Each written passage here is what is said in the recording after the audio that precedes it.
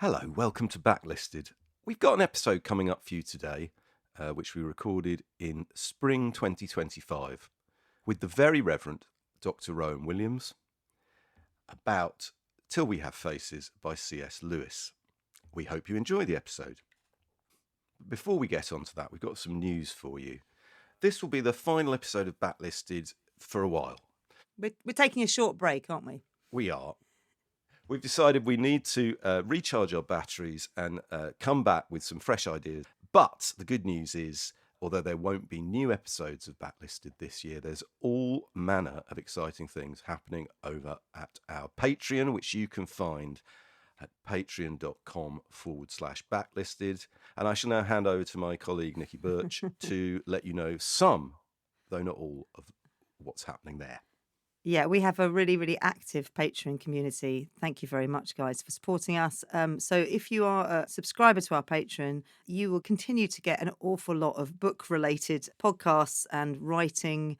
Particularly, something I want to mention is that we're having a monthly book club where we are going through the Booker prize winners list in random. And our first one that we're going to read together is Something to Answer For by P.H. Newby. And we're actually going to do that as like a live show, online live show on Monday, March the 16th at 7 p.m. So if you'd like to join in, pick up the P.H. Newby book. We should also say that Something to Answer For by P.H. Newby was the inaugural winner of the Booker Prize for Fiction back in 1969. And we will be choosing future books that we run as a book club with your participation, almost like an enormous spinning wheel of random choice. We don't know which books we're going to be reading month to month. Please join us for that, what I hope will be an enlightening adventure. Yeah, so head over to our Patreon if you want more weekly book content at patreon.com/backlisted. For those of you who aren't subscribing, don't worry, we are putting out reruns in this feed from our 250 episodes that we've done in the past. So the feed won't be empty, and we'll put new introductions on the top of each of those, giving you a kind of heads up of what our book club book is going forward. So thank you so much for your support. Please look kindly on my colleague's use of the phrase book content there. She's dyed in the wool with certain key attributes of a producer, for which we thank her, because otherwise there wouldn't be any Backlisted. So please enjoy this episode. Come and see us at the Patreon, patreon.com/backlisted. Oh, we forgot to say, there's loads of people on there who just talk about books all the time. So if that's for you, if you're a bookish person who likes talking about books, come and join us. Enough of a plug? Yeah. As many of our lovely Patreons have pointed out, although we're taking a break, it's very much a working holiday. So do come along and join us at the holiday camp behind the Patreon. Do enjoy this episode. It was a truly magical recording, and it's a delight for me finally to share this with you all.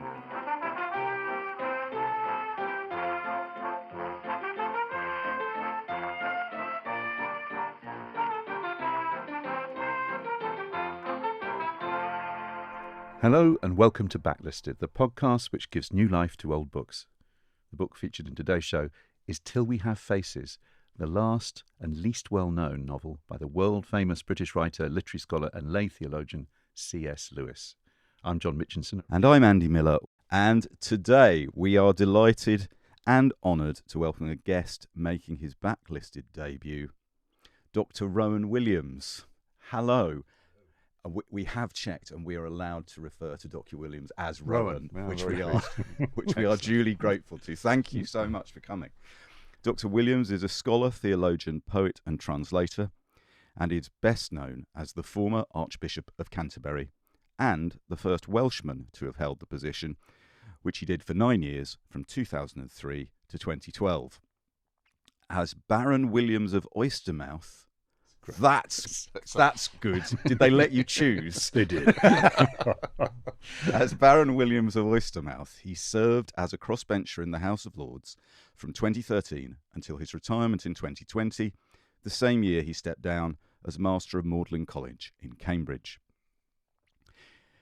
Dr. Williams is the author of over 50 books, including works on St. Augustine and Dostoevsky, and, handily for us, C.S. Lewis, a book entitled The Lion's World, A Journey into the Heart of Narnia, which was published in 2012. In 2019, he published a highly acclaimed collaboration with fellow poet Gwyneth Lewis, the first new translation of the work of Welsh bard Taliesin in over a century. In 2021, Carcanet published his collected poems, and his latest book, Discovering Christianity, A Guide for the Curious, was published by SPCK in February this year. Dr. Williams reads 9 or 10 languages, but speaks a mere 3, listeners. But never mind that. I feel very warm towards him because, firstly, he has never learned to drive, and secondly, at school, he had a permanent note excusing him from sports. There you go. Anyway, welcome to Backlisted, Rowan. Thank you. Yeah, marvellous. And did that note, you used that note throughout your school days? Ruthlessly. Brilliant. Ruthlessly. Good. Quite right. Didn't want to waste good talking time. No, absolutely. Well, wonderful to have you here, and what a remarkable book you have chosen. Till We Have Faces was first published by Collins in 1956. Incidentally, the same year that they published The Last Battle, the final book in his Narnia, Chronicles of Narnia. Till We Have Faces is a retelling of the story of Cupid and Psyche, set in a vividly realistic pagan kingdom of Glome, which Lewis would later describe as a barbarous little state on the borders of the Hellenistic world, with Greek culture just beginning to affect it. The narrator is Orual, the ugly, possibly disfigured daughter of the king of Glome and Psyche's older sister. The first and longest section of the book is her memoir, which also serves as an extended complaint against the gods, who she disparages for their aloofness and cruelty. When the beautiful Psyche is offered up as a blood sacrifice by the primitive local priesthood and left chained to a mountainside as prey for a shadowy beast, Orual follows to try and find her remains.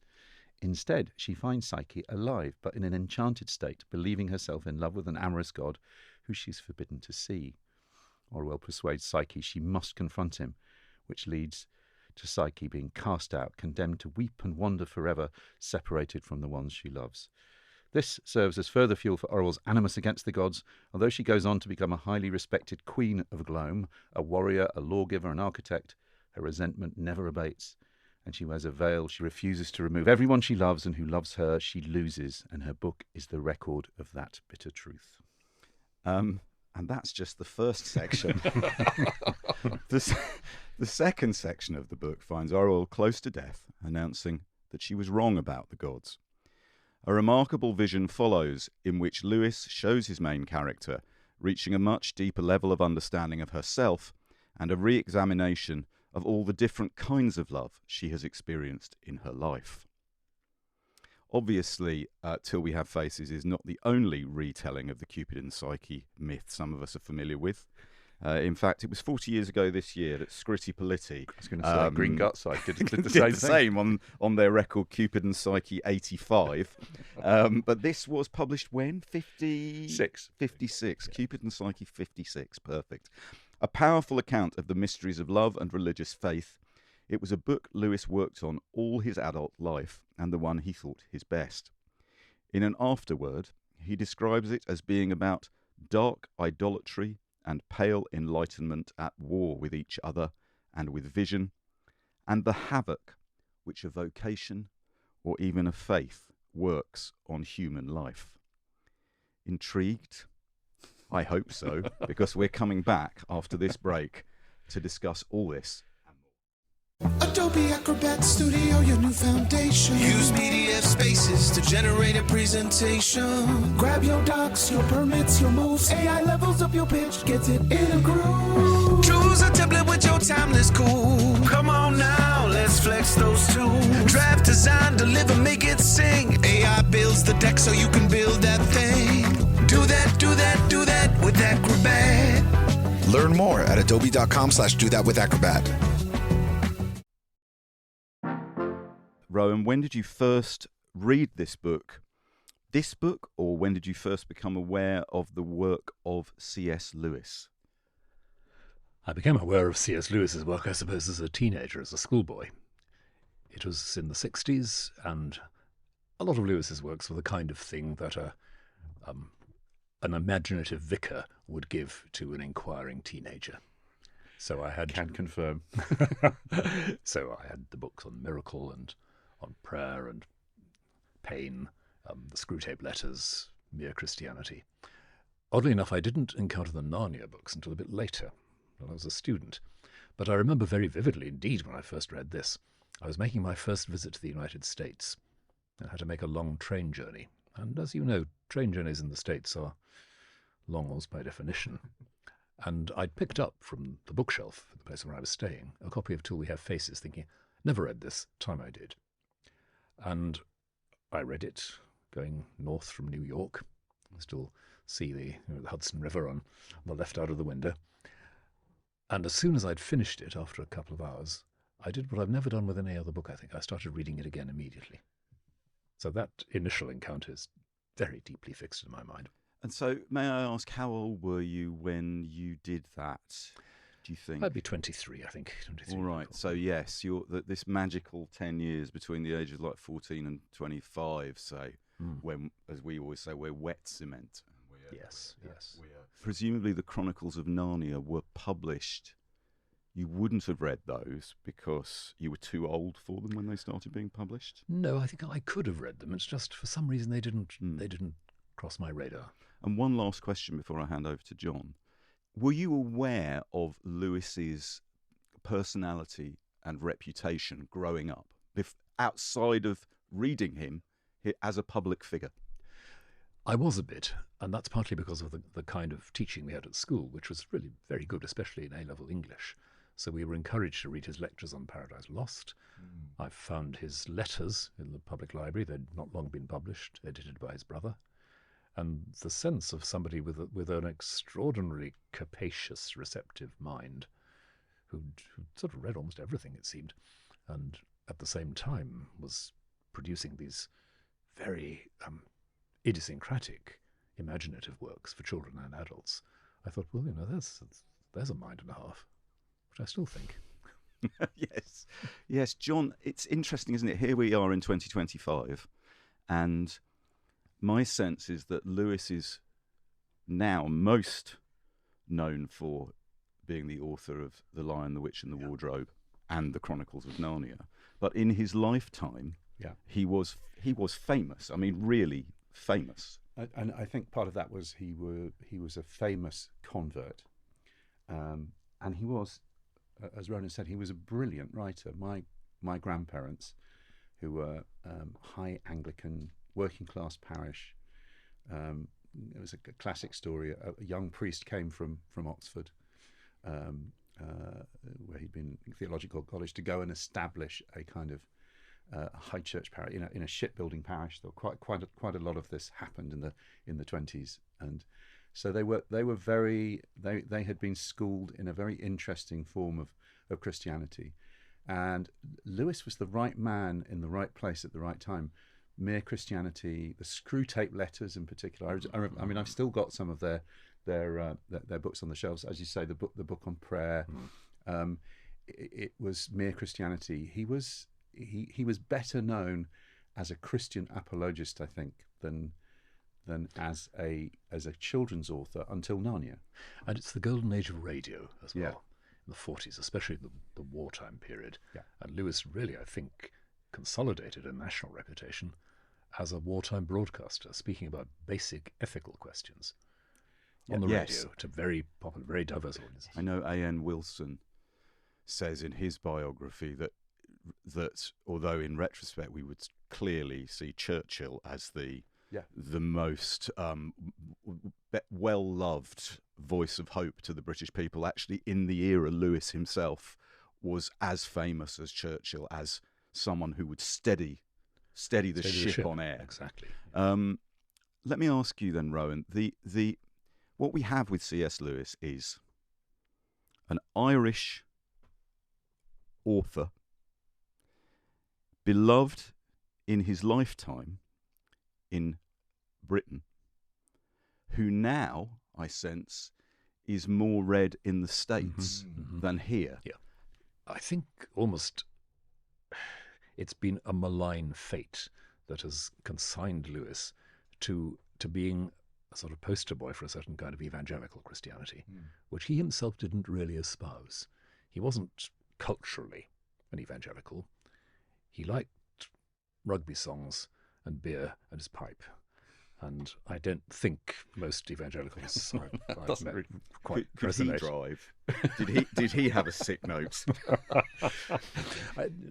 Well, I suspect. I mean, he had the equivalent. But yeah, the trouble is he's been corralled into a certain mould. People then read him looking for some of the what you might call the cultural markers of that kind of Christianity, and they find them up to a point. He's not brilliant on the women question. He's what we would regard as unenlightened about non-majority sexualities and all the rest of it. The fact is, read him in context, read him against his own cultural background, and he's much more idiosyncratic than that suggests. Compare what he says, for example, about homosexuality with what George Orwell says about it, and there's no doubt at all who is the more liberal. Well, that's interesting as well, because his tone often, John, seems reasonable and friendly. Yep. Right? So that, I think, is part of the, as you say, Rowan, however extreme the views of readers in whatever part of the world, they come to Lewis and they think, of course, this is so reasonable. Avuncular. What an avuncular chap. Yes. Yeah. And I think one of the things about his writing is that he is remarkable. His best critical work, T.S. Eliot, in that way that T.S. Eliot had of putting people down, said, your best book is your prefaces to Paradise Lost.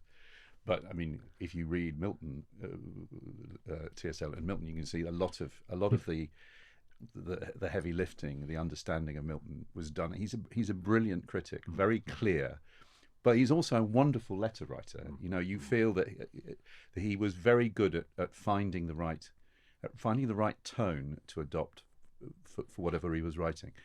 It might even be you, Rowan, in your book on Narnia. So he channeled a lot of Edwardian children's literature. E. Nesbit. When he was telling his Narnia books, they don't read like the Screwtape Letters, and they certainly read nothing like Till We Have Faces.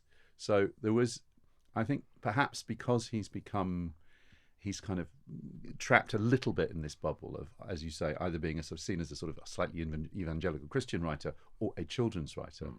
We don't fully understand the remarkable ability to tell stories in different voices, as it were, in different mediums and for different audiences. He had a great sense of who he was talking to. And I think that's something to do with the fact that he was exposed in his own education and reading to such a dense variety of storytelling. The classical world, the Germanic world, the Celtic world. It's all there in his imagination. He writes about it with extraordinary empathy and interiority. He can give you a sense of what it felt like to look at the sky in the Middle Ages. You know, it's not the same sky we see now in important respects. And he didn't have a terribly happy childhood. He lost his mother when he was quite young. Very young, difficult relation with his father. But he did have, as you say, the consolation of books, because his father's library was enormous, and he talks about. He said a wonderful thing. He said, finding a fresh book was like wandering out into the garden to find a leaf of grass. They're just if one was lucky enough to be a passionate reader, then that was the house to grow up in, and probably the era to grow up in as well, where there's a sense that you can sort of get your mind around the fundamental canon of the Western imagination, the Western mind. Do you think that was possible in the 1920s, 100 years ago? I'm not saying it was necessarily possible, but you could think it was. That's what we've been trying to do. And he was quite, I wouldn't say he's arrogant, but there's a tremendous assurance in Lewis. Oh, my word, I mean, he's absolutely, doesn't sort of suffer fools gladly. and at the same time a kind of a blindness that Surprised by Joy, which I reread for this, is quite an odd book. It's a very odd book. It's a really strange autobiography where he clearly is. He must know that he basically says, "Oh my," he downplays his father, because I think one of the suggestions which Andrew Wilson makes in his book is that he knows if he goes on too much about how terrible his father was to him, that the people who were looking for a reason for his conversion, he was famously a reluctant convert to Christianity, would say, well, it's obviously he's got daddy issues. Yeah. And so there's a kind of, and yet always you'll find, he finds Screwtape, I think, is you go back to it, it's so fresh. Yes. And Grief Observed is a remarkable The book. thing I really admire about Lewis is that he is a cat. You can stroke him for a while, but you can never own him. Right. Brilliant. This sense that he turned down a peerage because he didn't want to run the risk of showing any political affiliation, as indeed he had little to no interest in politics. He famously had no small talk. If you arrived, he wouldn't go, and you had a broken arm, he wouldn't go say, "How's your arm?" He'd go, "What do you think about the state of metaphysics?" And off you'd go. And finally, a wonderful thing, Rowan, as the author yourself of 50 books, he wouldn't have known what writer's block was. He wrote in order to think. Yes. Yes. Rowan, before we hear you read something from Till We Have Faces, would you talk to us about what it was that made you read the book twice, and presumably many times since then? It reads very well simply as a vivid evocation of exactly what Lewis said, a barbaric kingdom on the edges of the Hellenistic world. And it's vivid, it's a page-turner. The dialogue is, all right, it might feel dated now, the sort of mid-century historical novel, a few rather jarring archaisms.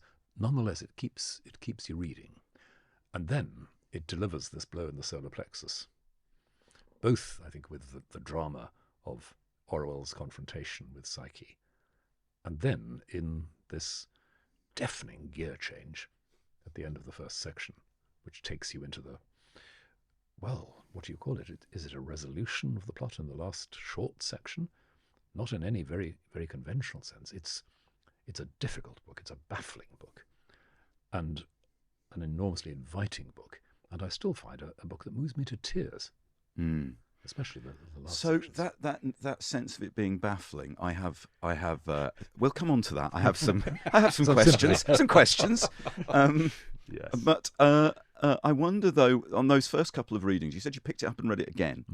You picked it up and read it again because you didn't understand it, or you understood just enough, or I think I understood just enough.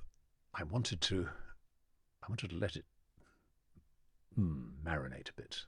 Yes. And, well, I just felt compelled to retrace the story. One last question. Yeah. Honestly, did you like it the first time you read it? I loved it. Okay. Absolutely loved it. I have had that feeling occasionally when seeing a film, of going in, seeing a film, absolutely hating it, thinking about it for 3 days, going back and watching it again and discovering, actually, no, I liked it. That's why I asked. Okay, that's really interesting. It is genuinely baffling book, and I think baffling by design.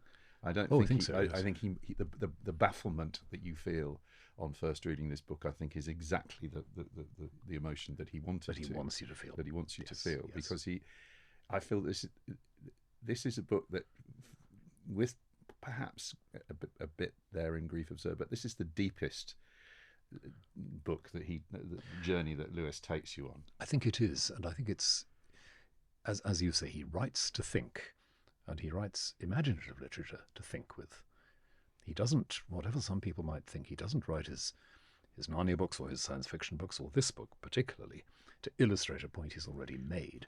He's feeling his way into something which you can't otherwise express. And here he's feeling his way, I think, into how you communicate that faith in the divine is appalling, strange, overwhelming, exhilarating, wild. It's a bit like the wildness of Aslan in the Narnia books. There's something really potentially quite savage about it. Can I just ask then, before we hear you read something for us? Lewis rejected the idea, didn't he, that the Narnia books could be read as direct allegory. Oh, yes. Yeah. He said it's a means of exploring something rather than recounting something. Is that true with Till We Have Faces as well? Allegorical without being an allegory, or not? Interesting question. He's starting from an allegorical classical story about Eros and Psyche. And there are moments in this where you can sense there's an allegorical element coming through. But as you read, I think you don't sense that. You begin to see at the end, actually this is opening out onto a wider vista. But that's something rather different from Allegory, yeah. Yes, where you turn the pages and you point after point, yes, that means that means that. And Lewis, of course, knew all about allegory. As you say, so he's choosing he's choosing not to. Yeah. You made I think a brilliant point about Narnia. The criticism of Lewis is, it's just thinly veiled Christian allegory. Your point was, no, what he's trying to make you do is to think differently and to clear out, what is a brilliant sentence, to rinse out what is stale in our thinking about Christianity, which actually suddenly made me pivot quite dramatically to think that's what he's eating. It's not. Yes, of course, it's a great moment when you suddenly figure out as a kid that Aslan is probably Jesus. Yeah. But he's not really. It's not that straightforward. It really isn't that straightforward, because Aslan is genuinely dangerous, threatening, wild, and unnerving. And it strikes me that you talked about the grinding gear change in this. I was thinking, Andy, you could send the first half of this book or the first section of this book to a filmmaker, and they say, this would be great. This is going to be great. We've got a really good movie here. We can get and then you send them the second bit, and they're saying, it's in development. I'm sorry, it's staying in development. Yeah, the American no. The phone. They never ring you back. Yeah. What the? Okay. Yes. Well, Rowan, please would you read us a section, and then I will borrow your copy and share the blurb with listeners. I talked about the vividness of the description, and the early part of the book is about how the decision is made that Psyche is going to be a human sacrifice to avert plague and defeat in war and so forth. And the priest of Ungit, the goddess of this country, turns up in the royal palace to say, we've got to have a human sacrifice, and it's got to be the princess. And the priest's arrival, attended by the temple prostitutes, with gilded eyelashes and false hair and makeup, very vivid evocation of that.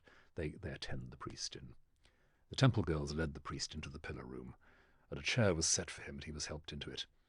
He was out of breath and sat for a long time before he spoke, making a chewing motion with his gums as old men do. The girls stood stiffly at each side of his chair, their meaningless eyes looking always straight ahead out of the mask of their painting.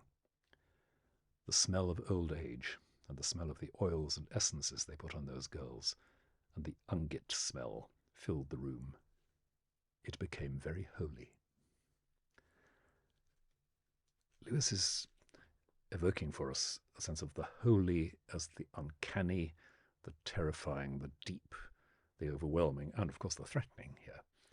And the priest, as he explains what the sacrifice is all about, is challenged by the king's Greek slave, Lysias, the fox, as he's called throughout this rather poignant, displaced Greek rationalist, almost like an Oxford Don transferred to That's so true. somewhere east of you see all this is nonsense? Exactly. Yeah. Transferred east of the Caucasus in something BCE, and the fox protests. Master, let me speak. Speak on, said the king. Do you not see, master, said the fox, that the priest is talking nonsense? A shadow is to be an animal, which is also a goddess, which is also a god, and loving is to be eating. A child of 6 would talk more sense. And a moment ago the victim of this abominable sacrifice was to be the accursed, the wickedest person in the whole land, offered as a punishment. And now it is to be the best person in the whole land, the perfect victim, married to the god as a reward. Ask him which he means. It can't be both. And Orwell, the narrator, says, if any hope had put up its head within me when the fox began, it was killed.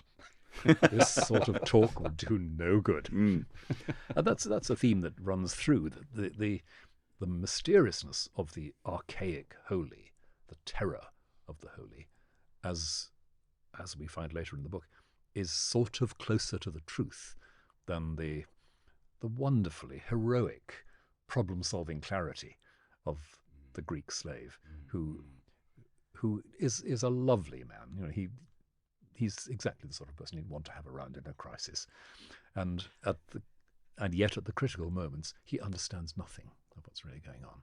That's why it's a poignant. That's figure. interesting. So he's an emollient. And she is Orwell. This is the thing that I think did really strike me. I wasn't expecting a book, I don't know why, well, perhaps I do know why, narrated by a woman, because, you know, Lewis, as you say, could be quite dismissive about the difference between men's talk and women's talk. But actually what he creates in this conflicted, difficult, unlikable, spiky, but also kind of incredibly capable character. She becomes a great queen, a lawgiver, and as I said at the beginning, you know, an architect, a transforming, you know, learns a lot from and yet the crisis, her crisis, is the heart of the book, and it's the kind of strange mystical solution to that crisis, or is it even a solution? It is what it is that gives the book, I think, that sets the book apart from, as it were, Mary Renault or people who are writing, or Peter Green who wrote Achilles' His Armour. There was quite a lot of that kind of turning historical stuff into novels in the 1950s. Rowan, when you were reading there, what struck me was the eccentricity of combining such intense philosophical thought with such plainness of language. Yes. Yeah. Was that a self-conscious choice on Lewis's part? Did he eschew the more ornate prose and the more difficult word because he wanted to either communicate or because he felt ideas were better expressed straightforwardly? He's got a great commitment, I think, to the plain style, what the medievals would have called the humble style. By humble, not meaning self-effacing, but the sort of earthy style. And here he's feeling his way into a particular voice. This is a barbarian, inverted commas. This is somebody who won't have a huge vocabulary, but not having a huge vocabulary doesn't mean that you don't have a huge emotional vocabulary, an emotional resource, and imaginative, even intellectual resource. And it's interesting, you have very near the center of the story this figure of the Greek slave, who of course has had to forget his Greek and learn to reason in another language, a barbarous language, which for him is almost laughably inferior to Greek. He's got to think his thoughts again in a new language.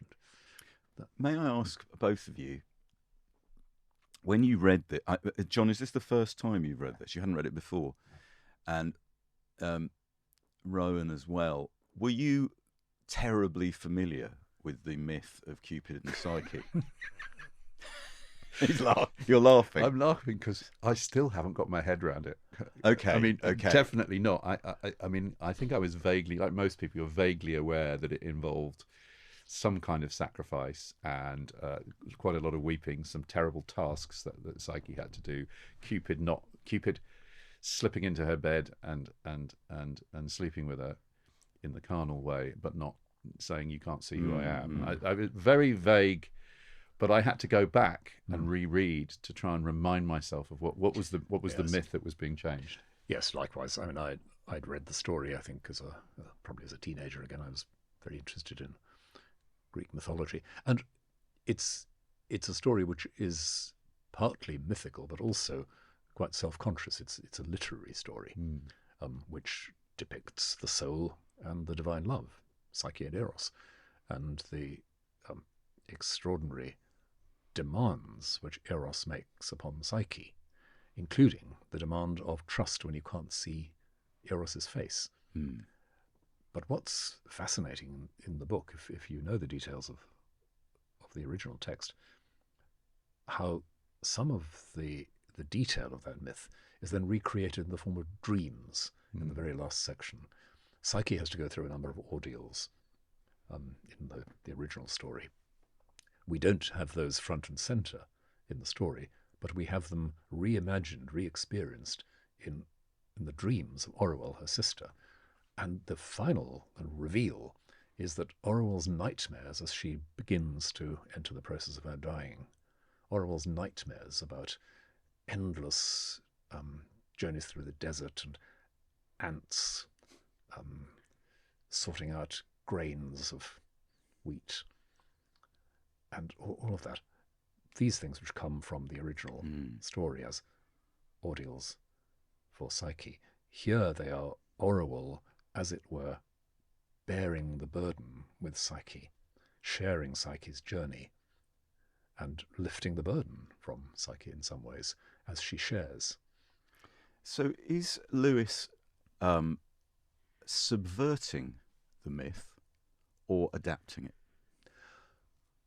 Both, I think. He's certainly adapting it, but adapting it entirely to his purposes. This is not just about what Apuleius was saying in the Hellenistic period. It's about what you might say now, about the difficulties, the dead ends, the temptations, the distortions of love, human and divine. And you can certainly read the entire story as a very taxing, a very demanding meditation on love, because and he writes a book, doesn't he? And soon afterwards, The Four Loves. It's called The Four Loves, all of whom are present in this.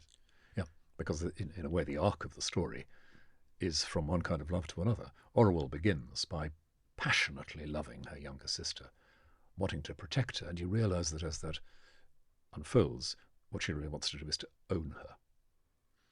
And so when Psyche accepts her fate, goes forward to the sacrifice, and then turns out to be still alive and committed to this god who is supposed to be eating her alive, Orual manipulates her emotions ruthlessly to try and draw her back into her own orbit. And you see, as the book unfolds, you see that becoming a pattern in other aspects of the narrative. Yeah. Ryan, may I borrow your precious copy? Thank you so much. They're not cheap, those first editions, are they? This is such a good jacket, though. Yeah, I know. I'll just read I may not get to the end of this because I think it'll take too long, but I will observe something after I read it, because I think it tells us something about who C.S. Lewis was perceived to be when the book was published.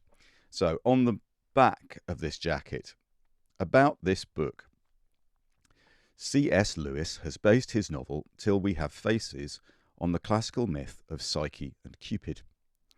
In this, Psyche's great beauty incurs the wrath of the goddess Venus, who sends her son Cupid to punish her. Cupid falls in love with Psyche and has her carried off to a stately palace where he visits her secretly by night. He tells her she must never see his face, but, urged on by her sisters, who envy her happiness, Psyche looks upon his face one night and is filled with insatiable love for him. Cupid awakes and vanishes, leaving Psyche to wander broken-hearted over the earth. She accomplishes a number of impossible tasks devised by Venus, and eventually Cupid returns, marries her, and she is turned into a goddess. Now, I will read a bit more. I'm just saying, and that's the pull. That's the pull. A whole paragraph telling you the myth, so you're ready, so you're good to go. Then, new para. Of the changes he has made in the myth, Dr. Lewis writes, and then the remainder of this is Dr. Lewis telling you what he's going to do. Quote, The central alteration in my own version consists in making Psyche's palace invisible to normal mortal eyes, if making is not the wrong word for something, which forced itself upon me, almost at my first reading of the story, as the way the thing must have been. And on he goes. Rowan, I don't know what all the jackets of all of your books are like, but do you interrupt? Really not like that. No, I don't do you interrupt the marketing department to have a word with people? No, those were the days. Yeah. But so this idea of Lewis as a personality, his work is inextricably linked then, when he's alive, with why we might read him. Does that seem correct? I think so. And he's in his period of his marriage at this point, and that extraordinary final episode in his career where he marries this wildly unlikely person, a divorced Jewish American poet with a communist background. Clearly somebody who was an absolute pain in the backside for a lot of his friends. Yeah, it's like when he tries to get the Inklings back together, she is the Yoko Ono. Of course she is. Yes. But of course she is. Well put. We can't get the magic back with her in the room. Wow. No, Okay. that's right. I mean, Thank you for putting that in terms I can understand as well, John. Tolkien, Charles Williams, Barfield, they all they did not understand what he saw in her. But his personal reputation and the upheaval in his private life, yeah, he's feed together. He's coming to terms with all that. He's coming to terms with, as he said to one of his friends, encountering in his 50s or 60s what had eluded him as a young man, which is an absolutely fulfilled personal relationship. That's at work. That makes him think about love as he's already thought about it. And it's as if having, in some of his earlier work, like the Screwtape Letters, given us a very, very sharp, very, what's the word? Very critical diagnosis of the possibilities of deep self-deception in love and the selfishness that lurks in love. He wants to lay it out more fully, more positively, without losing the edginess of his insights. And without becoming kind of, oh my God, isn't love great? Isn't erotic love? I've suddenly discovered, the joy of sex in my 60s this book is so much not that. So much not that. But Rowan, is there a sense in which you were talking about Orwell acknowledging the terror of love? You feel maybe Lewis is working through a similar, a sense of what putting oneself humbly in front of passion, be it religious passion or romantic passion. Exactly that. I think he's always had that sense that the divine is,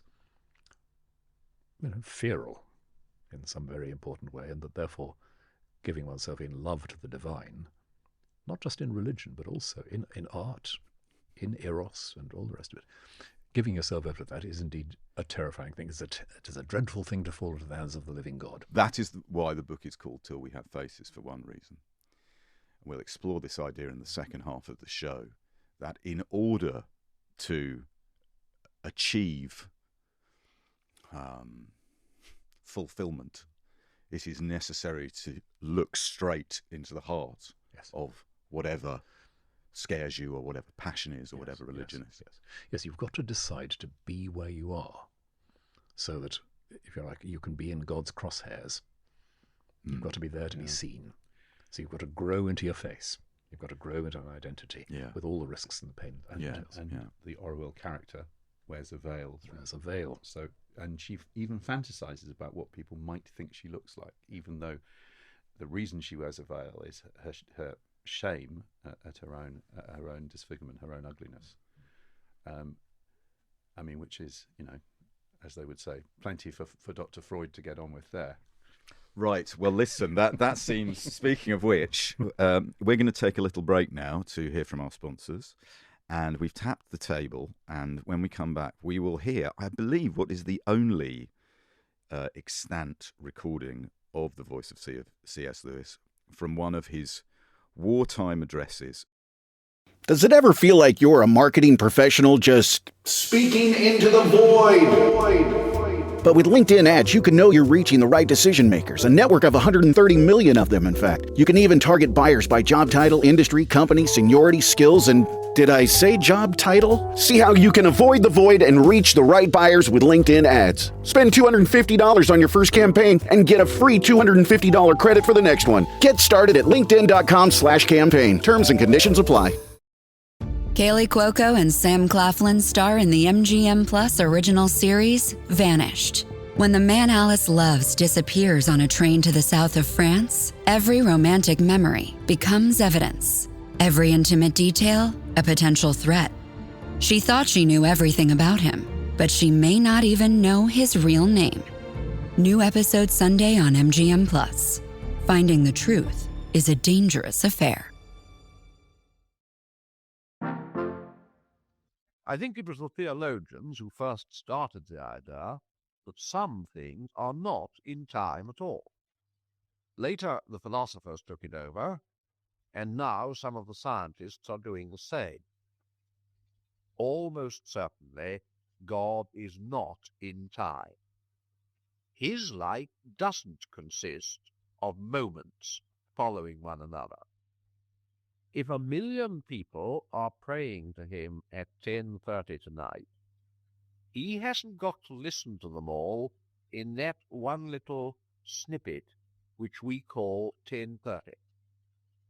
10:30, and every other moment from the beginning to the end of the world is always the present for him. If you like to put it that way, he has infinity in which to listen to the split second of prayer put up by a pilot as his plane crashes in flames. That's difficult, I know. And I try to give something not the same, but a bit like it. Suppose I'm writing a novel. I write, Mary laid down her book. Next moment came a knock at the door. For Mary, who's got to live in the imaginary time of the story, there's no interval between putting down the book and hearing the knock.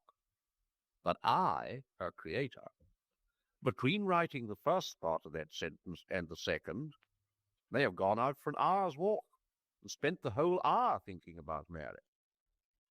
I know that's not a perfect example, but it may just give a glimpse of what I mean.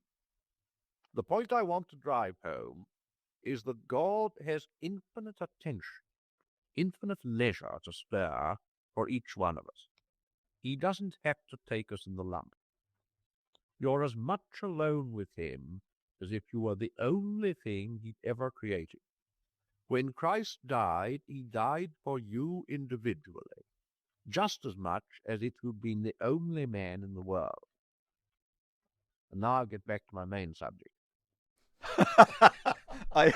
Can I just say how much I admire the sly cunning of that enormous digression, and then saying at the end, but I must get back to the subject. Brilliant. When you hear that, Rowan, and you have many years' experience of public speaking and communicating with people, what is the essential thing that Lewis had, do you think, that made him so loved by listeners? A conversational ease, a sense that this is an actual person talking to you. The little conversational touches, I know that sounds difficult. That sort of deliberate but also apparently spontaneous crafting of it, so that it can sound like somebody sitting on the other side of the pub table. And reassuring, arm around the shoulder. Yep. And in spite of the accent of the period, the Donish tones, nonetheless, the language is absolutely lucid. There's not a single word that's Indeed. difficult or technical or jargonistic. And John, academia, as ever, disgracing itself. So his peers at Oxford and then Cambridge really didn't like Lewis, did they? No, and I think it was, but partly because he was tremendously popular, which is always fatal.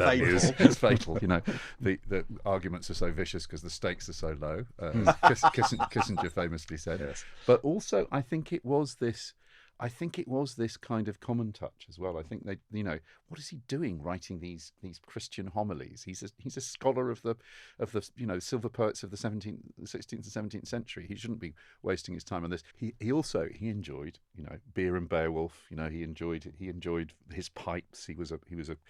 And he hated what he called the literary Puritans. He talks about the literary Puritans, by which we kind of are talking about. He didn't like T.S. Eliot, didn't like Leavis. I mean, he didn't like them either, but he think the literary Puritans are too serious as men to be seriously receptive as readers. Ouch. I've listened to an undergraduate's paper on Jane Austen, from which, if I had not read them, I should never have discovered that there was the least hint of comedy in her novels.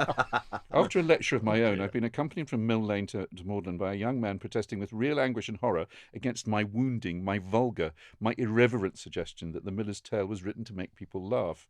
We are braiding up a race of young people who are as solemn as the brutes. Smiles from Reason Flow. As solemn as a 19-year-old Scottish son of the manse at an English sherry party who takes all the compliments for declarations and all the banter for insult. What year was that? That was in the 60s. I was going to say nothing changes. But that's great, isn't it? Yeah. But it's beautifully written and funny. And he's funny. He's funny. He's funny. And that's rare in academia, let's be honest. Let me ask you both a question. Is Orwell an unreliable narrator to the extent that even though she is beginning to understand that she must show her true face to God or the gods, she cannot show her true face to the reader? Discuss. Very good. It works at a number of levels, doesn't it? Because the first bit of the story, the long bit of the book, is written, as it were, without irony. She looks back on her interaction with Psyche, and she says, "But I did that because I loved her. I manipulated and controlled her because I loved her, and the gods seem quite unable to understand that I loved her, and they're punishing me for loving her, which is why the gods railing against them. Why the gods are essentially poisonous to humanity." That wonderful bit at the end of the first section. Nothing is so poisonous to humanity as the divine. Really powerful language. And as I say, written without irony. Then in the second part, after the series of shocks that kind of disrupt that picture of herself, she's coming to terms with the inner ugliness, which is like the outer ugliness, the ambivalence, the tyranny of the love that she's been living with, and its misery and tension and a sort of deep dissociation from the self. And then at the very end, it's as if all that's got to be brought back again and said, but actually, no, you did love her. Of course, you loved her wrongly, you loved her stupidly, you loved her though. And something in that gave life. It's the beginning. Isn't it? It's the beginning of a realization. Yes, don't try to scrub it out. Don't say, oh, it's all wrong. Everything's got to start again and I must be annihilated. It's as if the divine is saying through the figure of Psyche there, that actually, of course you were ignorant. Of course you got it wrong. Yes. People do. Get used to it. This is how love works. To err is to be human, and to be human is to err. It struck me as one of the conclusions. Yeah. I was really intrigued. There was one throwaway line. We also have a phrase, don't we, John, that we borrowed from an Amazon reviewer of Muriel Spark. I wonder if this gentleman and it was a gentleman, has ever heard this podcast, because this has carried us through for years now. He said, Spark does not suffer the lazy reader. Very nice. And Lewis, whilst appearing to be terribly approachable, I put it to you, Johnny, he doesn't really suffer a lazy reader either. There's a line in here, a throwaway line, which made me think about all sorts of things I was being told by the narrator that I thought, well, maybe, hang on. One throwaway line. I had batter hanged. Yes. Yeah. Four words only. Yeah. And suddenly you think, wait a minute. What? I'm hearing Yeah. from you that you have been a great leader, that you have won battles, that you have behaved Built a library. Built a library, behaved in a proper way.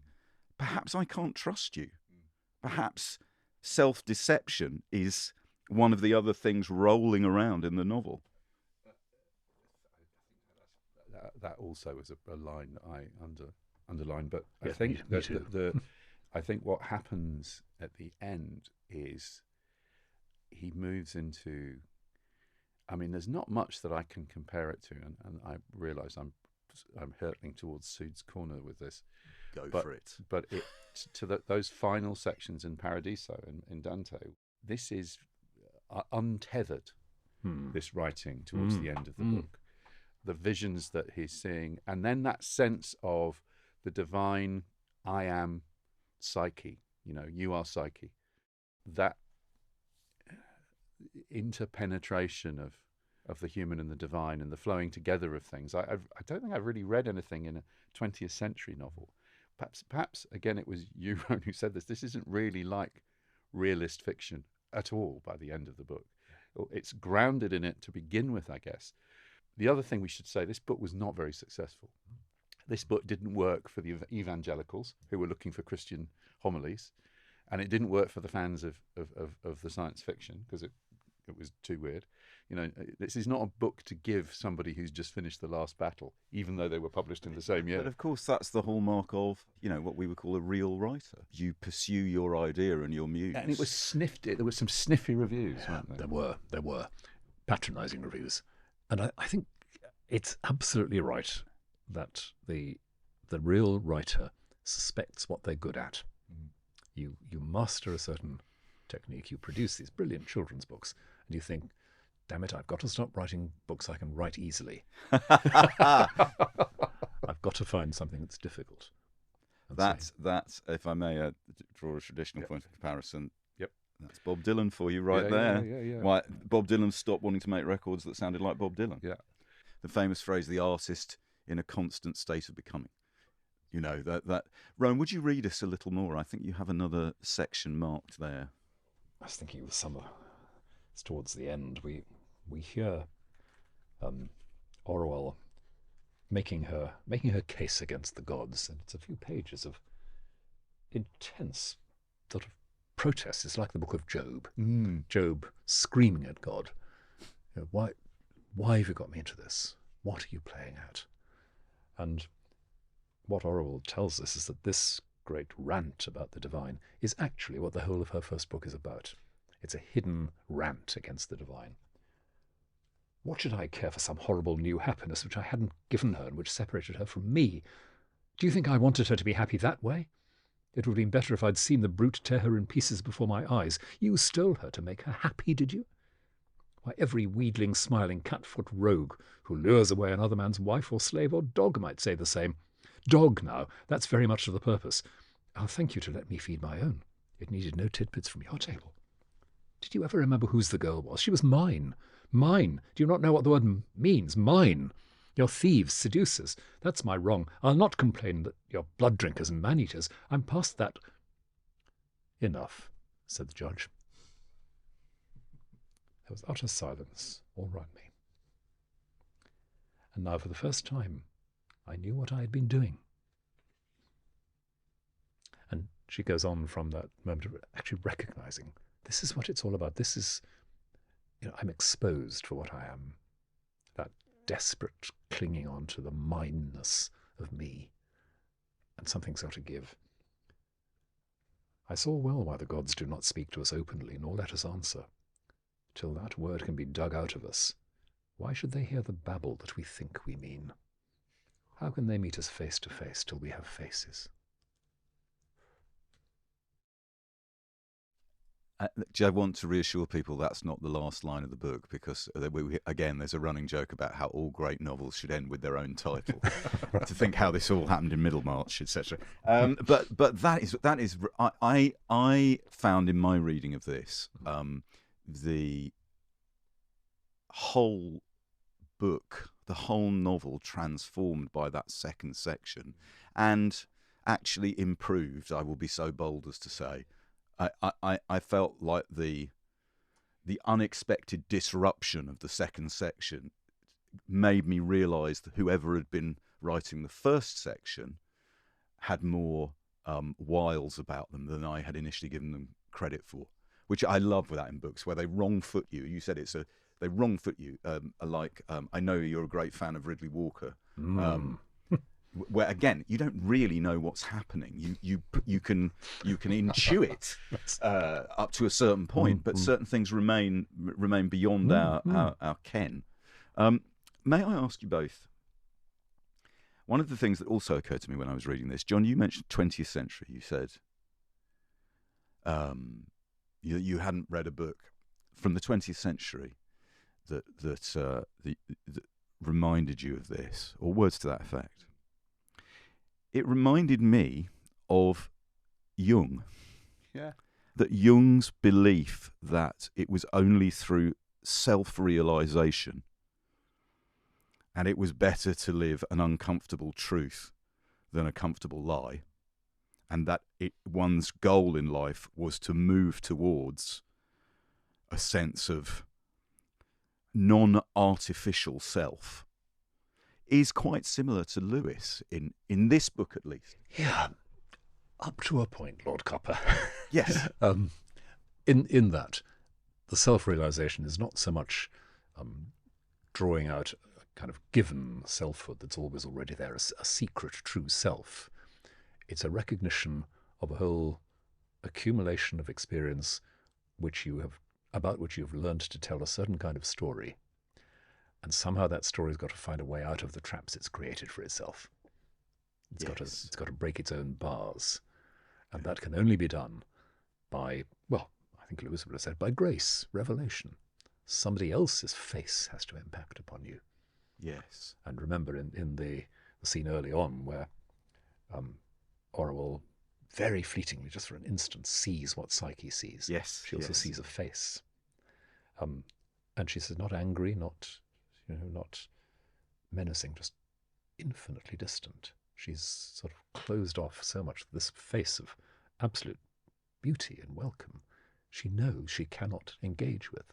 She's locked herself up in her own language, and something has to break through. And it's the long history of suffering and travel and travail that breaks it open, that tears the veil from her own face. It's not that God is veiled, she's veiled. It's not that God is not there, she's not there. I think it's terribly good as well that what you've just described is encoded in the structure of the novel. Yeah. It's all, John, here's the question. In that respect, is this a book about books? I think is that a regular question? Yeah, it is. Yeah, but is it a book about books? Because to some extent, you're given a coherent, rewarding, smoothed out narrative, and then it's torn up in front of your eyes. I'm tempted to say it is in that it's there's a small, she makes a small kind of library with not terribly many books in it in the book when she's Queen of Gloam, but by the time you get to the end, it's funny, I had exactly the same thought this morning. At the end of St. John's Gospel, what is the great line? If there were to be books written about what the world could not contain them. The world could not contain them. It's kind of saying that there, all books are about this ultimately, and I think what's fascinating is why was that not palatable? Still not palatable. And if you were trying to talk as a theologian about, I think you like this book because as a theologian it challenges you. Oh yes, yes. It's not comfortable. It's not comfortable. It's like the Book of Job, as I've said, and it's also, in some ways, very interestingly like Lewis's A Grief Observed, the book he wrote after his wife's death from cancer, which is another amazing book. Yes, because it's doing what Dostoevsky was trying to do in his novels, to say, I will make you the case for atheism better than you atheists can make it. That's brilliant. I will tell you just how absolutely bloody impossible it is to be a religious believer. Just so you know. That's very interesting. But the motivation is what? Is playful because it comes over as avuncular, or mischievous, or iconoclastic, or I think there's a degree of mischief in it, but very serious mischief, saying, just in case you think that we religious believers go around in a kind of cloud of Smug certainty and kind of scented birthday cards. Let me just remind you where this comes from and how it works and what it feels like and what it looks like. Blood sacrificing caves. And again, in case you think that religion is just, as people would like to say, the spiritual, the sort of improving and edifying and wellness-inducing. Well, let's go back and look at this lump of stone in the temple somewhere east of the Caucasus, with the blood of sacrificed people and animals coagulating all over it, and the smell and the dark. And I think, well, that takes you to, the image here is Augustine rather than Freud, the caves inside, which somehow have to be explored and mapped and illuminated before you know where you really are. Your love of Dostoevsky presumably comes from a similar sense of speaking the stuff we would prefer not to speak. Speaking the truth that's uncomfortable, speaking it not just to make things awkward, but to say the gospel is not that life is nicer than you thought. The gospel, oddly, is that life is infinitely worse than you thought, but that grace is greater. And that's a large claim. It's a very bold claim, a very tough claim. Well, and I found this so fascinating to talk about. We haven't read any of the reviews out, and then, frankly, there wasn't much need, because, as this makes clear, it's one of those books that the mechanisms of Sunday newspaper reviews really aren't able to cope with such an idiosyncratic, sui generis book. They tended to say things just along the lines of, well, it's a retelling of the myth, and for those who like this sort of thing, they'll like it. So, And there's a bit of religion in there, which is all nervous laughter. Nervous laughter. But I mean, it feels to me like it's a book that you would. I mean, if you know that somebody is a fan of this book, you're going to be more interested in having a conversation with them. Very much so, yes. Do you meet many people who are fans of this novel? Quite a few. My wife among them. Well, that's good. That's great. One of the things that helped us in the early days. That's wonderful. Okay. But yes, you're quite right. I can think of a handful of people who would immediately say, yes, C.S. Lewis, Till We Have Faces, best thing he ever wrote, and then you can. Well, I hope lots of people, as a result of listening to this, will join their number. John, we have to wrap up. We do. Now. I'm so we do, sorry unfortunately. To say, Yeah, it's time for us to forsake the kingdom of gloom and leave behind the new gods and the old. Huge thanks to Rowan Williams for encouraging and challenging us to join him. To our producer Tess Davidson for making us all sound even better. Thanks, Tess. If you want show notes with clips, links, and suggestions for further reading for this show, and the more than 240 we've already recorded, please visit our website at backlisted.fm. If you want to buy the books discussed on this or any of our other shows, please visit our shop at bookshop.org and choose Backlisted as your bookshop. Yes, backlisted.fm. You can also sign up for our new newsletter where we preview each show, share our own and our guests' book recommendations and news about events and giveaways. And don't forget our Patreon, patreon.com/backlisted. Before we go, Rowan, is there anything you would like to say about Lewis or about Till We Have Faces that you feel we haven't covered in the show? That why should people here in 2025 with so many distractions pick that book off a shelf? What is it, do you think, that it gives us? It's that fundamental image. How do we learn to be here? That, I think, is one of the questions that religious faith poses. How do we learn to be here? Because we are always constructing worlds to suit ourselves elsewhere, and some are getting back to where we are, who we are, what we are, and learning what it is we really confront in this world and beyond. That's a task which is more than ever important, I think, in an age when we're almost encouraged to fantasize our way out of trouble. Perfect. No further questions, Your Honour. Thank you, Rowan. Thank you so much. Brilliant. Thanks, John. Thanks, everybody, for listening. This has been the most stimulating and fascinating discussion. Thank you so much. Thank you so much. See you next time, everybody. Cheers. Bye-bye. Bye-bye. Bye-bye. Bye-bye.